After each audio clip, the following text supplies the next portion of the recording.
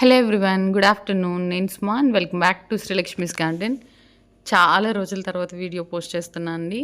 నాకు రీసెంట్గా పెళ్ళి అయింది అక్టోబర్లో. 5 months కంప్లీట్ అయింది. సో అక్కడ నా పెళ్ళి నిమిత్తం మొత్తం గార్డెన్ మొత్తం తీసేయాల్సి వచ్చింది అమ్మ వాళ్ళ ఇంట్లో. సో అక్కడ అంతా తీసేసాము. ఏమి మొక్కలు అవి మీకు చూపించడానికి ఏమీ లేదు కాబట్టి నేను ఇన్ని రోజులు వీడియోస్ పోస్ట్ చేయలేదు. కానీ ఇక్కడ మా ఇన్లాస్ హౌస్లో నాకు మళ్ళీ ఈ మడులు కట్టించారండి.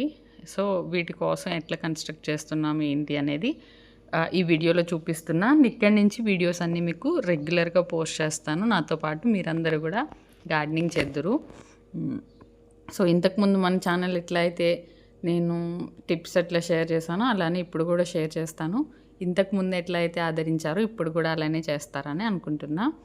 సో ఇప్పుడైతే ఇది మాకు అక్కడ ఆల్రెడీ ఉన్న వాటిపైనే బేస్ చేసుకుని దానికే కొంచెం ఎక్స్టెండ్ చేస్తున్నారు. ఇప్పుడు కన్స్ట్రక్షన్ చేస్తున్నారు చూడండి. ఆ ఎక్స్టెన్షన్ చేసి దానిపైన స్లాబ్ లాగా పోసి 44 feet 44 అడుగులు మొత్తానికి ఆ పొడవు పెట్టి కన్స్ట్రక్షన్ అయితే చేసాము. 4 భాగాలుగా డివైడ్ చేసామండి. ఇది కంప్లీట్గా చూస్తున్నారు కదా, ఇలా ఎక్స్టెండ్ చేసాం వీటిని. దీనిపైన ఇట్లా మీరు చూస్తున్నట్టుగా స్లాబ్ పోసారండి. మనకి ఎట్లా అయితే ఇల్లు కట్టుకునేటప్పుడు స్లాబ్ పోస్తారో అలానే చేసాము. ఎక్కడ కాంప్రమైజ్ కాకుండానే గట్టిగానే మంచిగా మెటీరియల్ అదంతా పెట్టి స్లాబ్ పోసారు. 44 feet 44 అడుగులు పొడవు వచ్చిందండి అది. అండ్ మేము మధ్యలో 4 అడుగుల వెడల్పు పెట్టించాను ఆ మడిని. ఆ వాల్స్ అవన్నీ పోయినా 3 feet పైనే కూడా మనకి మధ్యలో స్పేస్ వచ్చేలాగా పెట్టించుకున్నాను.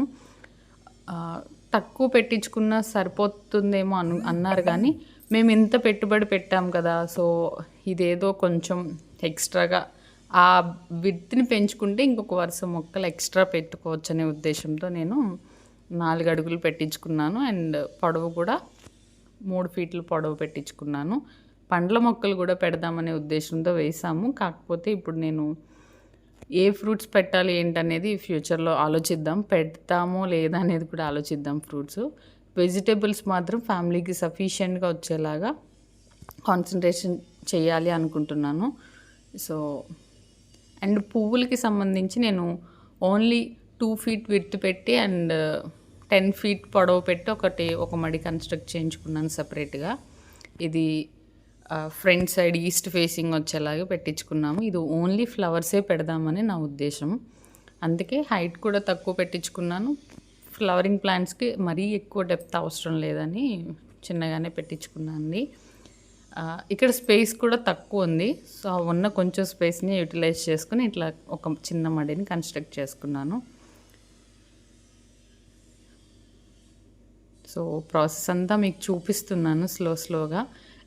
మేము కన్స్ట్రక్షన్లో ఏమేమి యూస్ చేసాము, ఐరన్ ఎంత ఎంఎంది వాడాము, ఇవన్నీ కూడా మీకు డీటెయిల్డ్గా కావాలి అంటే స్పెషల్గా వేరే వీడియో చేస్తా అండి. ఇది నార్మల్గా చూపిస్తున్నా అంతే. అసలు ఎంతవరకు ఎట్లా కన్స్ట్రక్షన్ జరిగింది ఏంటి అనేది నేను ఇట్లా కట్టించుకున్నాను. ఇక్కడ నుంచి దీంట్లోనే కదా నేను మొక్కలు పెంచి మీకు చూపించేది. సో వాటిని చూపించడం కోసం అనేది ఇప్పుడు నేను ఇవన్నీ చూపిస్తున్నాను.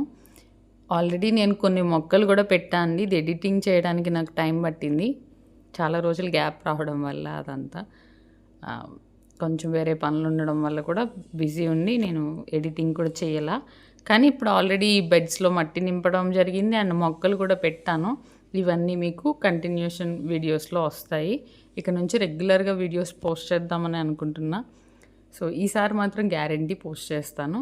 సో నేను ఎట్లా అయితే పెంచుకుంటున్నానో మీరు కూడా అలాగే పెంచుకుంటారని అనుకుంటున్నా.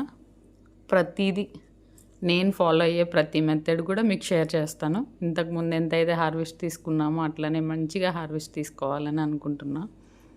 సో అన్నీ మీకు చూపిస్తాను. నాతో పాటు మీరు కూడా పెంచుకోండి.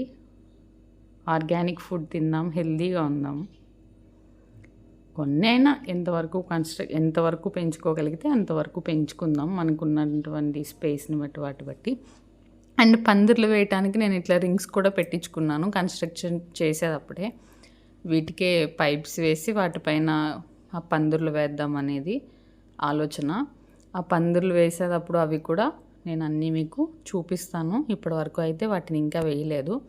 ఈ కంప్లీట్ 44 ఫీట్ మడిని నేను 4 భాగాలుగా డివైడ్ చేసుకున్నా. ఒక్కొక్కటి 11 ఫీట్ 11 ఫీట్ మధ్యలో పార్టీషన్ వచ్చింది. చిన్న వాల్ లాగా కట్టించుకున్నాను.